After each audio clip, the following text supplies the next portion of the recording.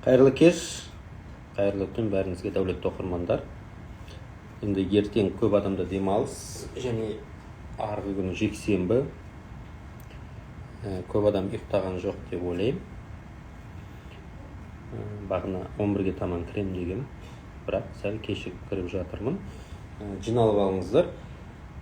Бүгінгі біздің тікелей эфирде бағына айтқанымдай депозит сатып алу, опс сатып алу деп те жатамыз. Соның есебін, расчетін қалай жасайды, қайдан қарайды, бәрін көрсетемін деп айтқан болатынмын. Сел Жарасқалиқызы, сәлеметсіз бе? Айболат, қалайсың? Сәлем бәріңізге. Жиналып алыңыздар. Ертең жұмыс істейді. Енді кімге ертең жұмыс? Тікелей эфир сақталады. Көп оқырмандарым бар. Таңғы уақытта жұмысқа кетіп бара жатып, болмаса автобуста, таксиде отырып сақтап қойған эфирді қарайтын көп оқырмандарым бар. Оны маған дайректке жазып, тіпті кейде автобуста менің эфирімді қарап жатса, арт жақтағы оқырманым соны суретке түсіріп жіберіп жатады. Сондықтан егер де шынымен де сіздерде жұмыс болып жатса, ертеңгі күні айтайын дегенім, эфир сақталады. Сәлем. Так, 1286 адам, жақсы. Рахмет. Қазақ ұлттық университетінде студенттермен өте жақсы кездесу болды. Инстаграмда бәрін салдым, 1300 болды. Маңғыстаудан сәлем. Дауыс шықпай жатыр. Неге дауысым шықпай жатыр? Дауысым шығып жатыр ау деймін. Жақсы. Енді СПК ертіс туралы. СПК-ны білмедім, мен шынымды айтайын.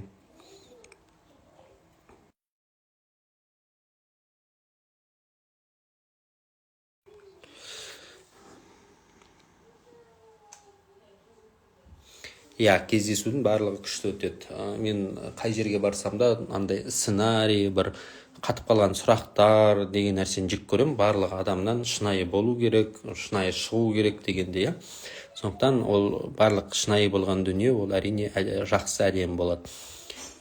Так, күшті шығып жатыр дейді. Мен даусымды естімей қалу мүмкін емес десем, күргір еткен дауысты. Енді қараңыздар, кешегі тікелей эфир сақталып тұр. Кешегі тікелей эфирде біз айттық, арендалық жильоға қатысты 50%-ін мемлекет төлеп береді. Негізгі 4 категорияны төлейді деп айттым. Қашаннан бастап барлығын мен айттым. Ол эфир сақталып тұр. Енді бүгінгі эфир депозит сатып алу процесі.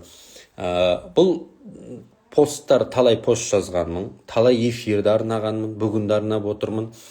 Байқасаңыздар, кешеді айттым, мен барлығын түсіндірем, кейін 1045 сұрақ келеді, оны айтасында, мен түсіндіріп кеткем, оқымадыңыз өзіңіз, қатыспадыңыз. Хотя 1,900,000 подписчик отырғаны 1600-1700 ғана адам, тікелей эфирде. Қалғандары басқа жақта, біреу ұйықтап жатыр, біреу бүгін жұма деп қыдырып жүрген шығар, десе де, енді тегін дүниені көргісі келмейтін адамдарға айтасың, ақыл сабақ сатып ал деп. Қазіргі кезде бүгін 18 ақпаннан бастап, кешейін түнгі 12-ден кейін басталды ғой, 18 уже 19 ақпан болады. 18 ақпаннан бастап етидіне скидка басталды. Менің баспанаға бағыт, одан бөлек ерлерге арналған қаржылық сауат сабағы, бонусқа жилстройға жинап, осы 3 сабақтың барлығы 3900 теңгеден болып жатыр. Оны сіздер таплинкте сілтемені басып, Бегарсқа жазып, логин пароль ала аласыздар. Алған логин парольдарыңыз 1 айға жарамды. Бірақ Бегарсқа төлем жасағаннан кейін күтесіздер. Жақсы, енді негізгі аудитория жиналса, мен комментарийді өшірейін де сіздерге мына нені көрсеткім келеді.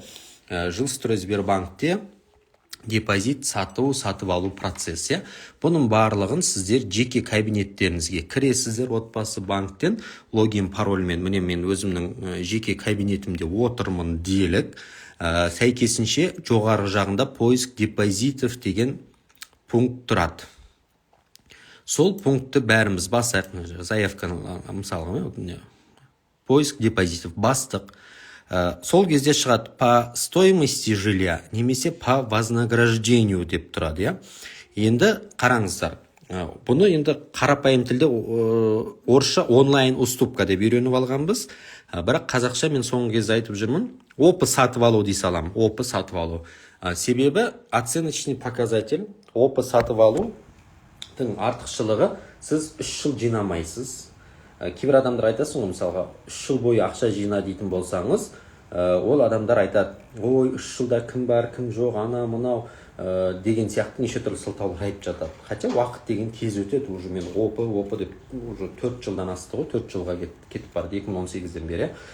Сол кезде мысалға біреудің еңбегін сатып аласыз. Әрине оны сатып алғаннан кейін сіз продавец дейді, сатушыға оның еңбегін бересіз. Бірақ қолдарыңызға қағаз, дәптер алсаңыздар, ручка жазып алыңыздар, онлайн уступкада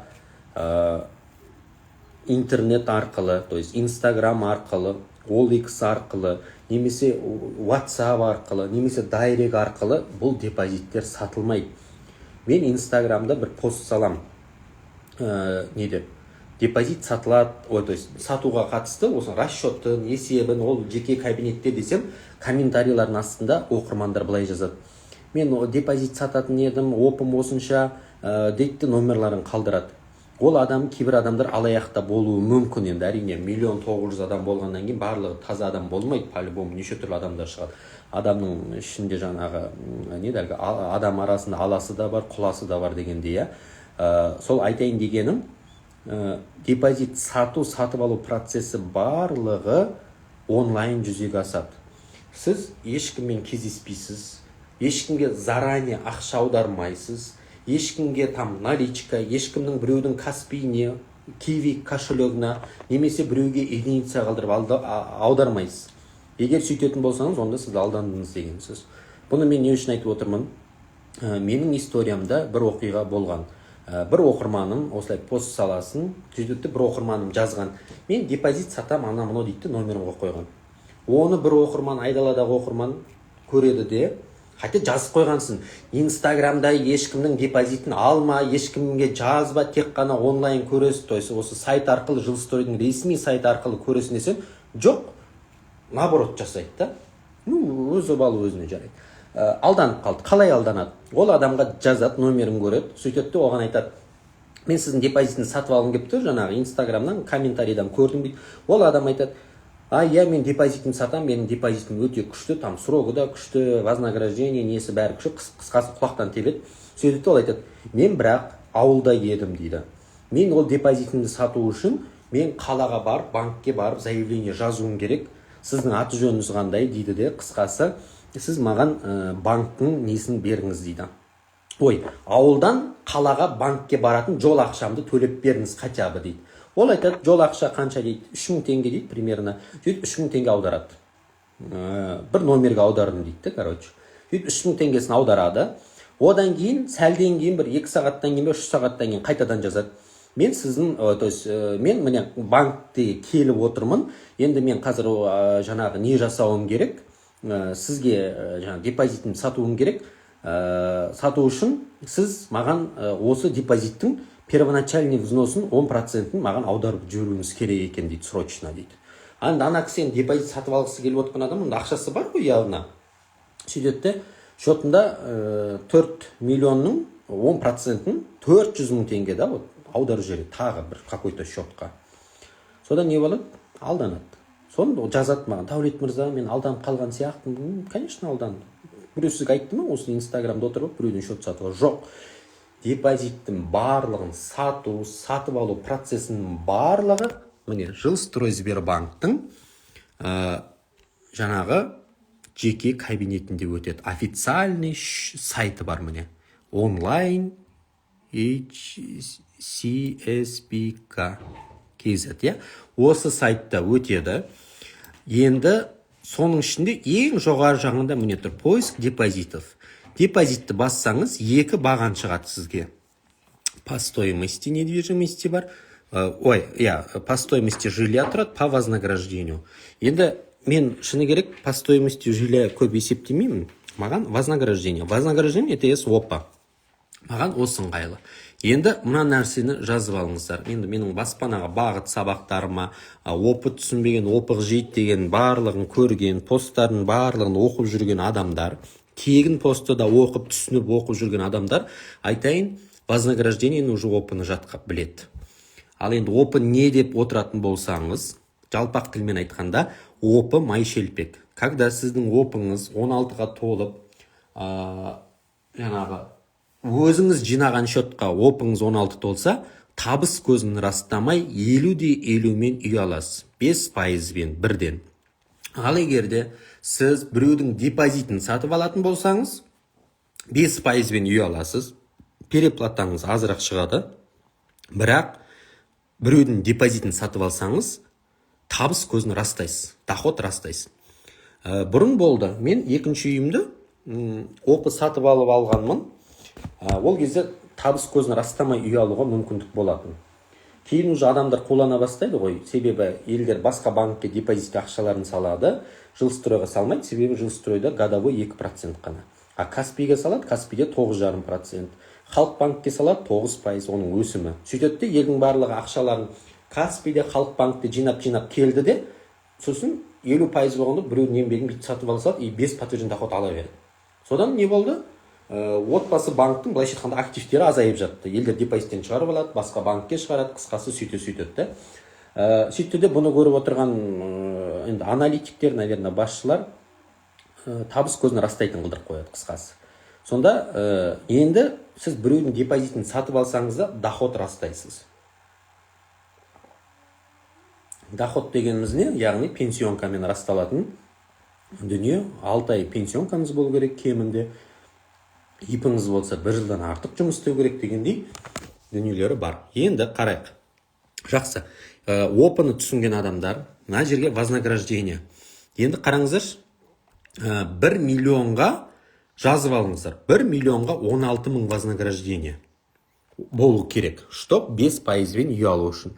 Чтоб опы 16 болу үшін. Бұл ұзақ формула, там мыңды бір нәрсеге 16-ға көбейтіп, бөліп бір нәрсе істеп жатады формуласында. Мен оны мида ашытпай, оңай жолы 1 миллионға 16 мың вознаграждение керек деп жаттап алыңыздар. Но 1 миллионға үй жоқ қой. Дұрыс па? Келісесіздер ғой. Ал енді мен қараңыздар, 16 мың дедім, 1 нөлді артық қоссам, не болады? 160 мың вознаграждение. 160 мың вознаграждениеге мен неше миллионның үйін алам? 10 миллионның үйін. Значит, 10 миллионның үйіне осынша вознаграждение болса, опым 16 деген сөз. Қараңыздар. 1 миллионға 16 мың вознаграждение. Енді мынаны 10 есе өсірсем, 1 миллионымда 10 есе өседі ғой, автомат түрде. Значит, 10 миллионның үйін, егерде менде 160 мың вознаграждение болатын болса, 10 миллионның үйін табыс көзін растамай алалам деген сөз. То есть табыс көзін 5%-бен. Шот сатып алғанда бәрі доход растайсыздар.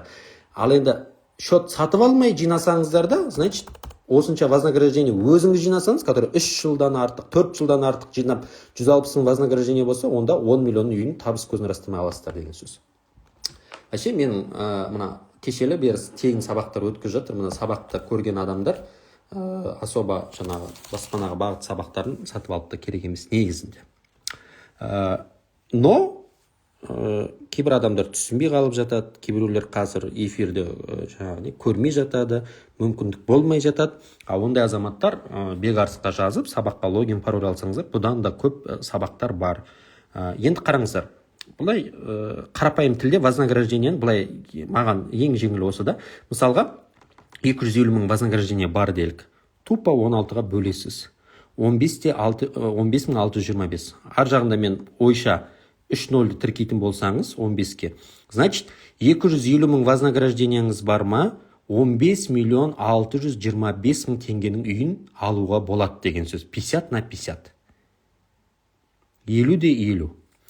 Егерде сіздің шотыңызда там 325 мың вознаграждение жиналса, оны 16-ға бөлем, 20 миллион 312 мыңның үйін алуға болады деген сөз. 5%-бен. Көріп отырсыз ба? 5%-бен. Ал егерде сізде опыңыз толмайды, допустим, мысалға 50-50 бар деп, ладно, сіз шот сатып алмай қойыңыз, ешқандай сізге там депозит сатып алу процесі мүлдем керек емес. Сіздің қолыңызда тупо үйдің 50% ақшасы бар. сіз ешқандай там бұрын жилстройға жинамағансыз да, например ше, не істейсіз, онда бүкіл суммаға процент есептеледі. Кейбір оқырмандарды байқайсыз ма, комментарий жазып жатады, үй алып қояды, адамдар айтады, ойбай, жилстрой оңбаған, мен жинаған ақшама да процент жасады, там процент қосып жіберді дейді. Ал бұл логически қарасақ дұрыс нәрсе. Себебі сіз 50%-ін просто залог ретінде бересіз, банк сізге бөлек 100% ақша береді. Ал ана 50% ақша айтады, о, Мырқымбай, сен баяғыдан бері бізге жинауың керек еді ғой депозитті. Неге жинаған жоқсың? Өз обалың өзіне. Значит, сен жинамадың, бізге саған жоғары процентпен береміз. Ал ана Бәтима бар, ол баяғыдан бері жинап жүр. Оған 5%-бен береміз деген сияқты. Көрдіңіз, адам түр-түрі болады, сонда бүкіл суммаға есептегенде 8,5%-пен есептейді.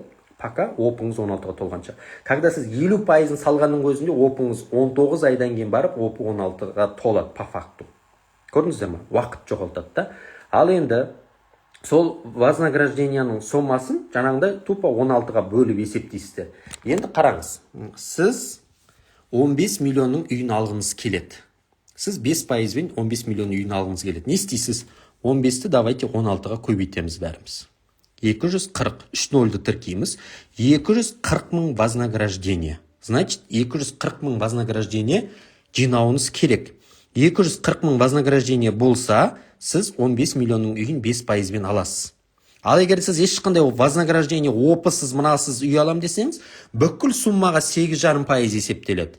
Жаңа үй алсаңыз 7% есептеледі. Оны енді извините, 7% бүкіл суммаға есептесе, получается ол 7 емес по факту. Өйткені сіздің жарты ақшаңыз бар, 14% болып кетеді бастапқыда. 8,5 мен почти 17% болып кетеді деген сөз екі еселенді. Сондықтан да депозит сатып алу тиімді. Сондықтан да депозит сатып алмасаңыз да кемінде 3 жыл жинау тиімдірек болады. Оны қазір түсінесіздер. Не үшін мен опы деп шырылдаймын.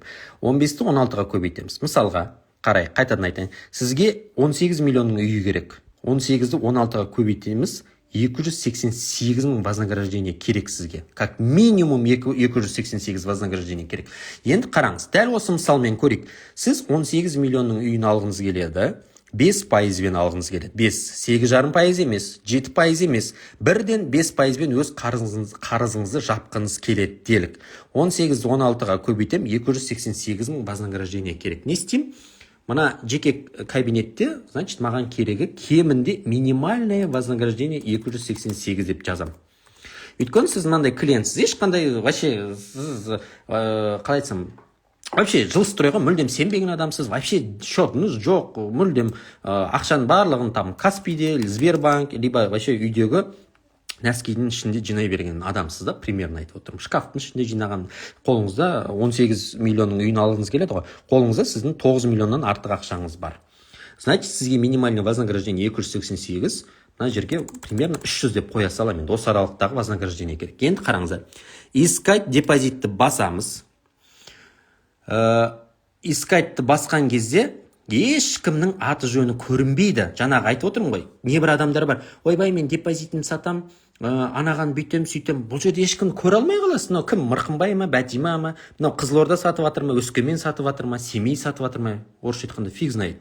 Шымкент сатып жатыр ма, мынаны Ақтөбе сатып жатыр ма? Ешкіммен кездеспейсіз дегенім сол. Себебі барлығы онлайн өтетін процесс. Міне көрдіңіз бе? Енді мына бұл еще екі депозит сатып бірге қосады. Никогда бір депозитті қоспайды. Сіз жаңағы примерно айтайын, эфирдің басында айттым ғой, бір оқырман жазды делік Инстаграмға, ойбай, мен күшті депозит сатам дейді. Ал сатсын. Ол сатады, мына жаққа онлайн выставить етеді, ол біреудің депозитімен қосылып кетеді. Сосын фиг пойми, қайсысы кім екенін мынадан ескеп табасыз ба? Алаяқтарға алданбаңыздар. Как ес айтып отырмын. Енді қараңыздар, мына депозит екеуі қосылады да, мына жақта шығады. Кейбір адамдар жазады, мен қанша төлеймін сонда продавецке, не анау, миыңызды қатырмаңыз, болмайтын нәрсе. Барлығы автомат түрде шығады.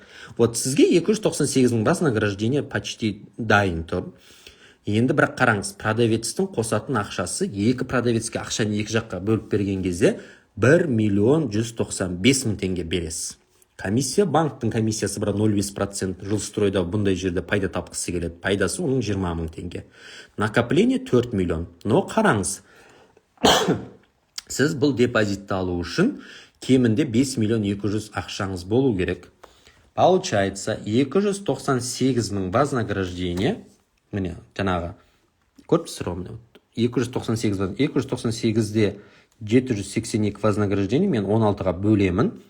18 миллион 673 мыңның үйін 50-50 спокойно алам. Табыс көзін растап 5%. Енді дәл осыны мен 2-ге бөлетін болсам, менің счетымда, то есть қолымда как минимум 9 миллион 336 мың ақша болу керек деген. 50/50 условия. Енді қараңыздар, ал мынау 5 миллион 200. Мен бұны ертең күні сатып аламын. 1 миллион дана продавецтерге беріпсем, оның барлығын бермейсіз, автоматты түрде сіздің мына жақтағы счетыңыздан, текущий счетыңыздан алынатын ақша. Түсініп отырсыз ғой? Ешкіммен кездеспейсіз. Енді 298 мың мынаны алдық делік. Ладно, неше түрлі вознаграждениелер бар, байқадыңыздар. Мен тупо бір немен мысалын келтірейін. Мынаны сатып алу үшін сіз ақшаңыз Каспийде жатпау керек. Сбербанкте емес, Халықбанкте емес, сіздің ақшаңыз Каспий банктың текущий счетына аударылу керек. Оны сіз банк арқылы немесе егер ешқандай счет болмаса, придется банкке барып счет ашуға. Сөйтесіз де сол ақшаңызды текущий счет аударасыз. Текущий счет дегеніміз не? Ағымдағы счет кезінде 42.500 теңге бәрімізге керек болған кезде айбын счет деп, иван счет деп үйреніп қалғанымызда KZ деп басталатын 20 таңбалы сан. Сол счетқа қолыңыздағы ақшаңызды аударасыз деген сөз. Соны аударғаннан кейін сіз мына купить деген кнопканы басасыз, болды. Текущий счетыңызға как минимум 5 миллион 200 мың ақшаңыз жатыр. Соны купитті басасыз. Купитті басқан кезде жаңағы процесс окей деп нетеді. Енді менің счетымда, именно текущий счетымда әрине 5 миллион 200 бір бәлемің ақшам жоқ. Маған міне видите, сал деп тұр. Менің текущий счетымда 91 бәле мың ғана ақшам бар. Мұнда 500 бір бәле мың теңге. Ол депозит емес, шатаспаңыздар. Депозиттегі ақша емес, текущий счеттағы. Мен міне сол ақшаны салғаннан кейін барып, мен мынаны сатып алам. Енді сатып алған кезде қалай? Бұл процесс барлық онлайн. Ар жақтағы екі продавецке сообщение келеді. Ол жақта атында көрсетілмейді. Дәулет, Мырқымбай, Бәтима сенің счетын сатып алғалы жатыр деп келмейді. Просто келеді. Вам нашелся покупатель, да, примерно. Покупатель сатып алғысы келеді. Сен осыны алда SMS-пен раста дейді. Яғни, мына сатушыда жеке кабинетіне кіріп, ол да ана окей, я согласен, я согласна деген сияқты бөлімді басу керек. Сол кезде ғана сатып алу процесі өтеді. Өйткені, мысалға, мына Мырқымбай счетін сатуға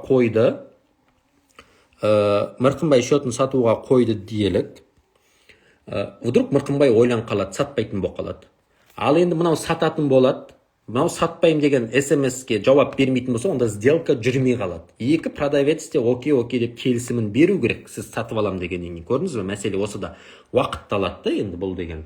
Кейбіреулер ойлан қалады, кейбіреу айтады, жоқ мен өзім үй алатын болған, сондай да неше түрлі моменттер болады да. Енді ол әрине, ол кезде сіз ешкімді көре алмайсыз ғой, там номерін көрмейсіз, оны боқтай алмайсыз, ұрса алмайсыз, мысалы, неше түрлі адамдар болады. Сондықтан сделка болмайды, ол значит басқа депозит іздейсіз кейін да, вот мына жақтан басқаларын аласыз деген сияқты бұл процесс. Енді қараңыз, вообще сіздерге түсінікті болып жатыр ма? Бір андай не жасай тұрайыншы, комментарий қосайын да, өзімнің түрімді көрсетіп, рекламный пауза жасап жіберейін. Түсінікті болып жатыр ма? Өйткені мен комментарий жауып тастадым, хотя 3000 адам отырды. Дәл осы уақытта айтқым келеді, таплинк сілтемемен, мына жерде де номер тұр ғой, Бегарсқа жазып, төлем жасаған адамдар күтесіздер. Сабақтардың барлығы осындай қарапайым тілде түсіндірілген 23 видео сабақ бар. Соның ішіндегі сіздер сұратқан өткенде тұрғын үй сертификаты, ОП-ны көп адам сұрайды, цифрлы ипотеканы көп адам сұрайды, бастапқы жарна 20%-бен, 7-20-25-ті көп адам сұрап жатыр мысалға. Соның барлығында сол сабақтарда бар баспана. Даже осы депозит сатып алу процесі барлығы бар сабақта, түсінікті. Вознаграждение дегеніміз банктың беріп жатқан проценті. Былайша айтқанда ОП дейікші сол. Ол вознаграждение сіздің жинаған ақшаңызға банктың беріп жатқан 2% годовой ақшасы. Сіз соны жинау керексіз. Так, сабақ тек ер адамдарға ма дейді. Жоқ, ол бөлек сабақ. Менде 2 сабақ бар. Негізгі сабақ баспанаға бағыт қой. Сол сабақты алғандарға қасына ерлерге арналған қаржылық сауат сабағы бар. И жылыстыруға жина деген сабақ бар. Баспанаға бағыт, жылыстыруға жина деген сабақты өзіңіз көріңіз. Ерлерге арналған қажылық сауатты, вот кейбір адамдар бар, бағана бір оқырманым жазды, 23 февраль келе жатыр екен ғой, мен күйеуіме подарка жасадым, күйеуім мәз болды дейді. Прям сондай енді эмоцияда қарасам. Күйеуім, оказывается, бұрыннан бері сіздің сабағыңызды ойлап жүр екен деп сөйтеді, мен күйеуіме күшті подарка жасадым. Пожалуйста, міне өзіңіз сабақты көресіз, и плюс күйеуіңізге де подарка ғой, бір соткадан көресіздер. Так, пенсионка қарамай үй алатын программа. Опыңыз 16-ға толып аласыз. Сатып алсам міндетті түрде жұмыс тексеріле ме? Иә, егер сіз шот сатып алатын болсаңыз, табыс көзін міндетті түрде растайсыз. Ал егер де сіз өзіңіз кемінде 3 жыл жинасаңыз, табыс көзін растамайсыз. Мен екі жағдайда да бұрын болатын доходсыз алуға да, то есть табыс көзін растамай, 50-50 мен жаңа біреудің шотын сатып алсаң да алуға болатын. Кейін оны жаңа түсіндірдім, тоқтатып тастады, иә. Все, сабағым түсінікті болатын болса, эфир сақталады, иә. Комментарийді мен жабайын. Енді қарайық.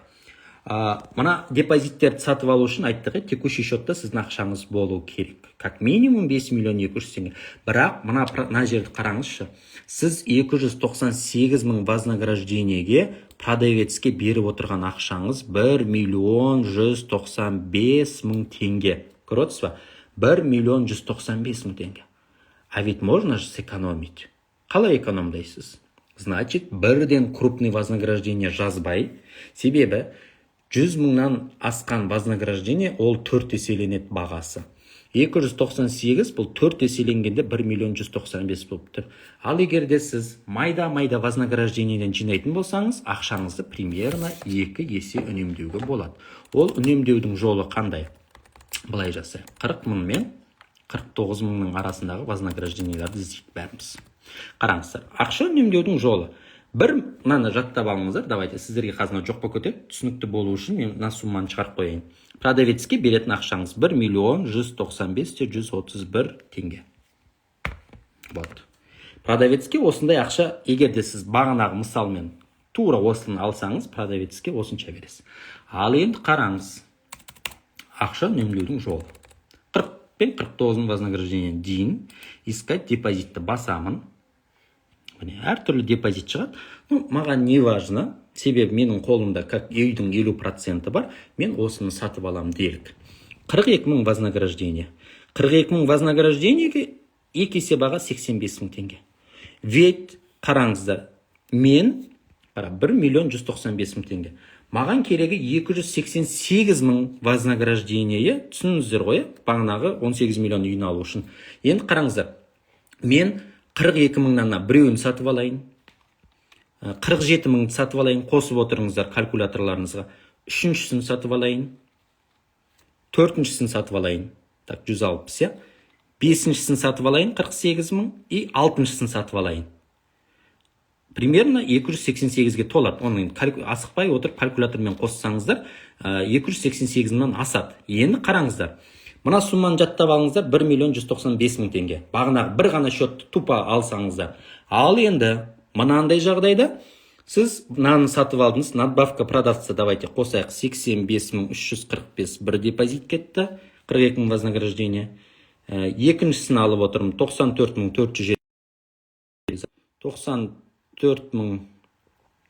471 екінші депозитті алып жатырмын. Келесін алып жатырмын, үшіншісін 96 324. 96 мың 324. Төртіншісін алып жатырмын, 42 мың 85 374. Продавецке беретін ақшаларды есептеп жатырмын, 85 374. Плюс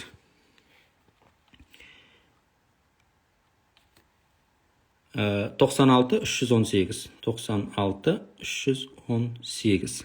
Так, неше депозит алдым? 1, 2, 3, 4, 5. Так, 6 керек, в среднем 50 мың дейтін болсақ. Вот алтыншысы. Надбавка продавца 97 мың 521. Плюс 97 мың 521. Плюс банктың каждый комиссиялары бар да. 11 мыңнан в среднем 5-еуін алдым. Так, 11, 12. В среднем комиссия 60 мың кетті. Осыны қосайын. Қараңыз. 615 мың теңге ғана шығындаласыз.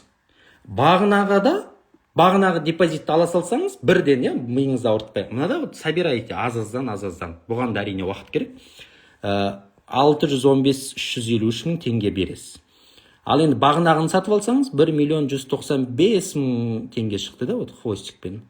579 мың теңге экономия жасайсыз. Экономия, кәдімгідей экономия денег, егер сіз аз-аз вознаграждение алатын болсаңыз.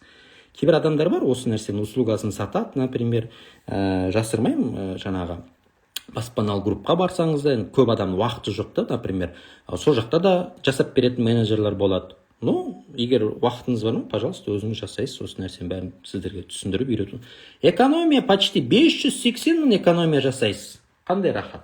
А кейбір адам бар, бірден ала салады. Ну, бірден ала салуға я не советую. Но иногда болады, жаңағы услуганы білмеймін, қанша 150-200 алып атады кейбір менеджерлер, әртүрлі. Мен ондай услуга жасамаймын. Мен просто түсіндірем. Мен 3900 теңгеге сабақ өткізіп осыларды түсіндірем. Так, айтайын дегенім. Вот 579 теңге экономия. Енді бұның нервісі мықты бір менеджерге қосымша ақшасын берсеңіз, енді оған 150-200 мың берсеңіз, мұнан осынша экономиясы бәрібір сіз плюста боласыз негізінде. 300 мың, 250 мың дегенде. Сондықтан міне осындай варианттары бар екенін айтқым келеді. Ақша үнемдеудің жолы. Енді, так, қайда кетті мұны?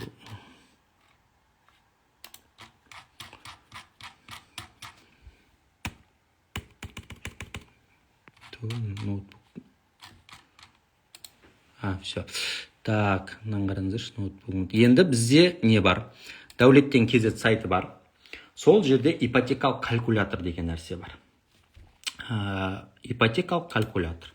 Бұл көбінесе опыңыз 16-ға толғанда, және де 7-20-25 бағдарламаларымен, немесе басқа да бағдарламаларды есептеу. Тока мемлекеттік бағдарламалар емес. Себебі жилстройдың именно бақытты отбасы, нұрлы жер, шаңырақпен берілетін үйлері сәл басқаша. Енді қараңыздар, 18 миллион теңге пәтердің құны делік, бағына бастапқы жарына 50 дедік, несие мөлшерлемесі 5 дедік, опыңыз 16-ға болса жилстрой 6 жылға береді. Енді қараңыздар, артық төлем сомасы банкке 1.435 теңгеңіз, банкке беретін переплатаңыз 1.435 теңге болды. И плюс бағанағы продавецтерге берген ақшаңыз 615.353 теңге болды. Көрдіңіз ба? Енді 615 екеуін қосасайшы, 1.435.000 плюс 615 дедім ба? 615 мың. 2 миллион теңге. 18 миллионға міне осындай жолмен переплата всего лишь 2 миллион теңге. Ну, конечно, доход растайсыз. Значит, доход растау деген не? Мына жерде шықты, ай сайын төлем 144-145 мың да. В среднем сіздің официальный доходыңыз 200 мыңнан асу керек. Көрдіңіз ба? 18 миллионның үйіне. Зато сіз банкке примерно мынаны бересіз, и плюс бағана продавецтерге мынау берген ақшаңыз 615, 2 миллион ғана переплата. Көрдіңіздер ма? Ал егерде сіз ешқандай депозит сатып алмасаңыз, онда мен сізге айтайын.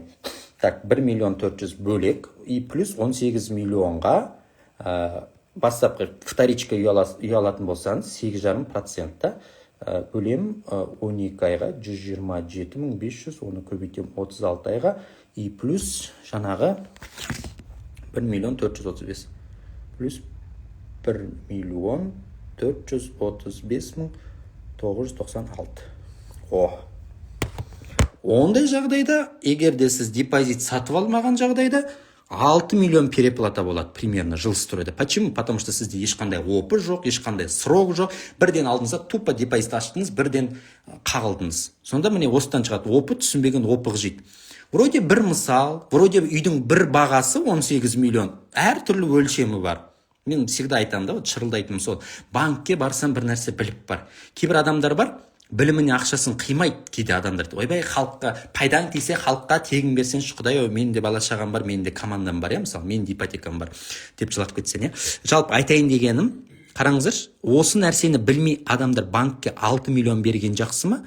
Бағанағы нәрсені біліп, білім жинақтап банкке 2 миллион берген жақсы ма? 4 миллион теңге сіз мына нәрседен экономия жасап тұрсыз, мысалға. Мен жай ғана 18 миллион үйіне мысал келтіре салдым. 4 миллион теңге почти сіздің қалтаңызда қалып отқан ақша. Қараңыздаршы, кейбіреулер бар білімге 3900 теңге. 5.000 теңге 10.000 теңгесін қимайтын адамдар бар. Бұл математика, қаржылық сауат деген қияли әңгіме емес.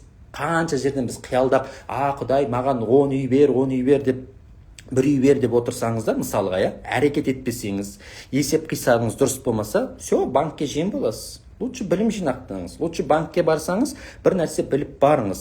Кейбір адамдар бар, ойбай, не деген қымбат дейді, 3900 теңге, да, вот қазір скидка отыр. Соның өзін қымбат көретін адамдар бар. Оларға айтарым, тегін дүниелерді қараңыздаршы, өтініш. Мен сіздерге 3900 теңгені психология бедностьмен қымбат көрген адам ол ешқашан миллион тұратын үйді ала алмайды.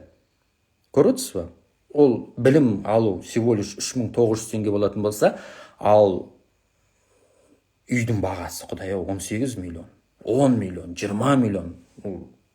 3900 теңгесін қимаған адам, ол ешқашан, білмеймін енді, өте қиын. Сондықтан міне қараңыздар, тура вроде үйдің бағасы 18 миллион. Мен сіздерге мысал көрсеттім. Егер де сіз шот сатып алмасаңыз 6 миллион төлейсіз. Ал шот сатып алдыңыз 2 миллион ғана төлейсіз. Қандай рахат. Это есть, банкке барсаңыз бір нәрсе біліп барыңыз деген менің ұраным осы. Жаңағы сабақтарында, вот қайда кетті мына жерде. Вот ақылы сабақтар, баспанаға бағыт сабағы, міне барлығы бар. Кіріспе, кабинетке шолу, банкрот болса, жилстрой, опыт түсінген, бағалау көрсеткіш, үлескер бол, кооперативтер, ипотекаларды, елдің бәрі сұрайды, ана кооператив қалай, не істеймін, қайсысы сенімді, қаншалықты сенім, маған кооператив ұнамайды, шынымды айтсам, несие тарихымды қалай көремін, депозит, сатып алу, нұрлы жер, 7 жыл шаңыр, мынаның барлығы, міне бақытты отбасы, Freedom Finance, 1,5 миллион тұрғын үй сертификаты, ипотекалық калькулятор, аннуитет және дифференциал, да, соның айырмашылығы, артықшылығы бәрі тұр. Даже аннуитет пен дифференциалмен ақсыз былай ақша экономдауға да болады, егерде. И плюс бонусқа жилстройға жина деген сабақ бар. 50 мың адам қарапты, мал керемет. И ерлерге арналған қаржылық сауат. Көрдіңіздер ғой, среднем 40 мың адам қараған. 23 февральға жаңа оқырманым бар ғой, күйеуіме подарка жасадым. Күйеулеріңізге подарка жасаңыздар. Не істейсіздер сабаққа қатысу үшін? Так, дайрегімді толып атады осы. Айтасыздар ғой, Дәулет, дайрек ашып қойсаңыз, запрос минут сайын хаттар келеді. Көрейікші міне хаттар. Міне 1 минут, 2 минут, 2 минут, 3 минут, 3 минут, 3 минут, 4 минут, 4 минут, 4 минут, оның бәрін ашып та көріп те уақытта жоқ, шынымды айтайын. Так. Күніне 20-25 адам хатын оқуға тырысамын. Таплинк сілтемені басасыз. Все, міне тұр. Осыны басып, бегарсқа жазып, төлем жасап күтесіздер. Бегарс сіздерге робот емес. Каждый чекті тексереді, қарайды, логин, пароль берді. Қайта жаза бермеңіздер. Төлем жасадыңыз, все, сабырмен күтіңіз. Бәріміз саналы адамбыз да. Қайда деп 3900 теңгені алып, бегарс ешқайда кетіп қалмайды. Таплинк сілтеме деген осы. Все, айтарым, не, комментарийді ашайын. Осы именно депозит сатып алуға қатысты. Айдаладан сұрақ қоймаңыздар, пожалуйста. Депозит сатып алуға қатысты сұрақтарыңыз болса. Депозит сату оп-оңай. Оған мүлдем басыңыз қатырмайсыз. Тура жеке кабинетке кіресіз, операция деген бар. Продать депозит деген басасыз, өзі суммасы шығады, вознаграждение суммасына байланысты. Ол жилстройдың системасы автоматты түрде өзі есептейді. Рахмет көп дейді. Керемет сізге рахмет. Этидни деген не дейді? Этидни деген ба? Айтайын, этидни деген ол менің ойлап тапқан акция. Айына бір рет келеді, кейде задержкамен келеді. Мысалы, январь айында этидни вообще болған жоқ. Февраль айында этидни келді. Осы жолғы этидни бір аптаға созылады. Обычно этидниіміз 3 күнге созылатын. Өйткені январь айында этидни келмегеннен кейін, бегарсқа жазатын адамдар өте көп болғаннан кейін, бір аптаға созылады ол этидни. Этидни кезінде бегарс ұйықтамайды. Бегарстың да менің де нервім қашады. Былайша айтқанда, неге? Өйткені оқырмандар жазады, мен ақша аударып қойдым, қашан үлгерем бе? Үлгересіздер. Этидни енді ғана келді. 18 міне 18, 19, 24-не дейін этидни жалғасады. Этидни деген сондай акция, жеңілдік акциясы. Жай күндері сабақты адамдар онсыз да алады. Ешкімге мен жалынбаймын, ешкімге звондап, ойбай, мен сабағымды ал, там Каспий кредит жоқ менде ондай нәрсе. Жай күндер ол сабақтар 10 мыңнан, 7 мыңнан сатылады. Но именно этидни кезінде 80-85% скидка жасаймын мен. Сөйтіп ол этидни болады. Айына бір-ақ рет келеді, бір аптаға жалғасады, сосын тоқтап қалады. Болды. Түсіндіңіз бе, этидни деген? Сіздің арқаңызда декретке миллионмен шықтым дейді. Супер. Өткен айда декретке миллионмен сабақ болды. 3400-ден болды. Қазір 10 мыңнан алып жатыр елдер. Пожалуйста. күйеуім 3 миллион ашыпты, жилстройдан бола береді деп айтты. Енді жилстройдың менеджерлер бола береді деп айтады. Ол миллионмен ашса да бола береді. Но түбінде сіз білуіңіз керек. Договорная сумма ол үйдің бағасы, ол үйдің бағасына өзгереді. Почему жилстройдың менеджерлері бола береді деп айтады? Потому что олардың да өздерінің там отчеттары бар, расчеттары бар деген сияқты да. Енді как есі айтатын болсам, егер олар аз суммаға ашып, сіз ақша салмасаңыз, оларға бонус жүрмей қалады, зарплата жүрмей қалады, сосын олар аз суммаға ашады. А так, договорная сумма ол үйдің бағасы. Аты күшті етейін. Айта бермеңізші етейін. Не сабақ сатып жатырсыз дейді.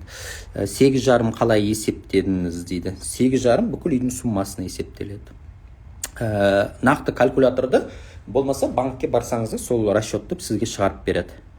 Азғантай депозит сатып алып жалғастыруға болады. Бірақ мынаны біліңіз, сіз егер де депозит сатып алсаңыз, мемлекеттік бағдарламаға қатысатын кейбір конкурстар болады, жаңағы оған қатыса алмайсыз. Оны енді біреудің еңбегін сатып алып, бүйтіп біреуді аттап кету болмайды. Етидни ма? Осы айдағы етидни 24-і бітеді. Әлі үлгересіздер. Тап линкте сілтеме тұр, жаңағы көрсеткен 877 342 8818 жазасыздар. Бірақ 50-50-мен тұрғылықты мекенжай маңызды емес. 50-50-мен атыңызда үй болса да, 10 үй болса да, 20 үй болса да ала бересіздер. Соңғы жаңалықтарға байланысты білмеймін, соңғы жаңалық не болып жатқан. ОП қалай өседі? ОП уақытпен өседі, уақыт және ақшамен өседі. ОП жаңағы ОП жайлы сабақ болды. Реально 3.900 теңгеңізді беріңізде бегарс сабаққа қатысасаңызшы, пожалуйста. Болмаса дәулеттен ресми резерв парақшамда тегін ОП сабақ тұр, соны қараңызшы. Білмеймін мен не істеймін, ОП туралы 2018-ден бері айтып келатырмын. Сабақ 1 айға сақталады. Любой уақытта 1 айдың ішінде соткаңызды суға түсіріп алмасаңыз, логин парольді ұмытып қалмасаңыз, 20 маусымға дейін сабақ сақталады. Маусым емес, наурыз дегеніміз март. 20 мартқа дейін. Декретке миллионмен сабағында енді жеңілдіктер бола ма? Февраль айында болмайды, сол наурыз айында болады. Вот давайте жеңілдік 8 мартта жасаймын мен декретке миллионмен сабағын. 6, 7, 8 мартта болады тоже. Сондай күшті жеңілдік жасаймын. 5-20-25 арқылы қалай үй алуға болады? Үйдің кезегінде тұрыңыз керек. 5-20-25. 5 дегеніміз 5%. Нұрлы жерді айтып отырсыз ғой. Нұрлы жер қазір 20 емес 10%. Первоначально 10%-ке түскен. Сабақ 3.900 теңге. Опыт туралы кітап жазсаңызшы. Негізі опыт туралы менің жинақтайымсында бар, формуласы барлығы тұр. Қатты бір қиын шаруа еместі. Түсінсеңіз болды. Любой нәрсе солай ғой. Көп адам бар ғой, түсінбейді, сосын көп нәрсені қиындатып алады. Мен өткенде де айтып едім ғой. Мысалға, сіз енеңізді түсінбесеңіз, өмір сүру қиын да. Немесе сіз байыңызды түсінбесеңіз, ол баймен де өмір сүру қиын да, как есі айтам. Немесе сіз компьютер басуды түсінбесеңіз, оны да баса алмайсыз, қиын да. Сол сияқты үй алудың жолдарын да сіз түсінбесеңіз, сізге өмір бақи үй алу қиын болып өтеді. А на самом деле это все просто. Любой нәрсеге жеңіл қарау керек. Любой нәрсені сіз түсіне білсеңіз, это нормально. Мысалға, менде шынымды айтайын, мен алтын белгі болсам да химияны ұнатпайтын. Мен тупо жақтап алатынды, бірақ ананы қосып, мынаны қосып, реакцияларын түсінбейтінмін да. Сол сияқты маған химия бүйтіп бір жұмбақ әлем түсінбеймін, өйткені. Түсініп отырсыздар ма? Сол үшін маған химия қиын болады. Көрдіңіз бе? Ал егер де химияның формуласын түсінсеңіз, айтады ғой, оны түсінген адам оп-оңай дейді. Мысалы математикада маған геометрия, тангенс, котангенс, синусоида, косинусоида барлығы жеңіл көрінеді. Себебі мен оны түсінемін.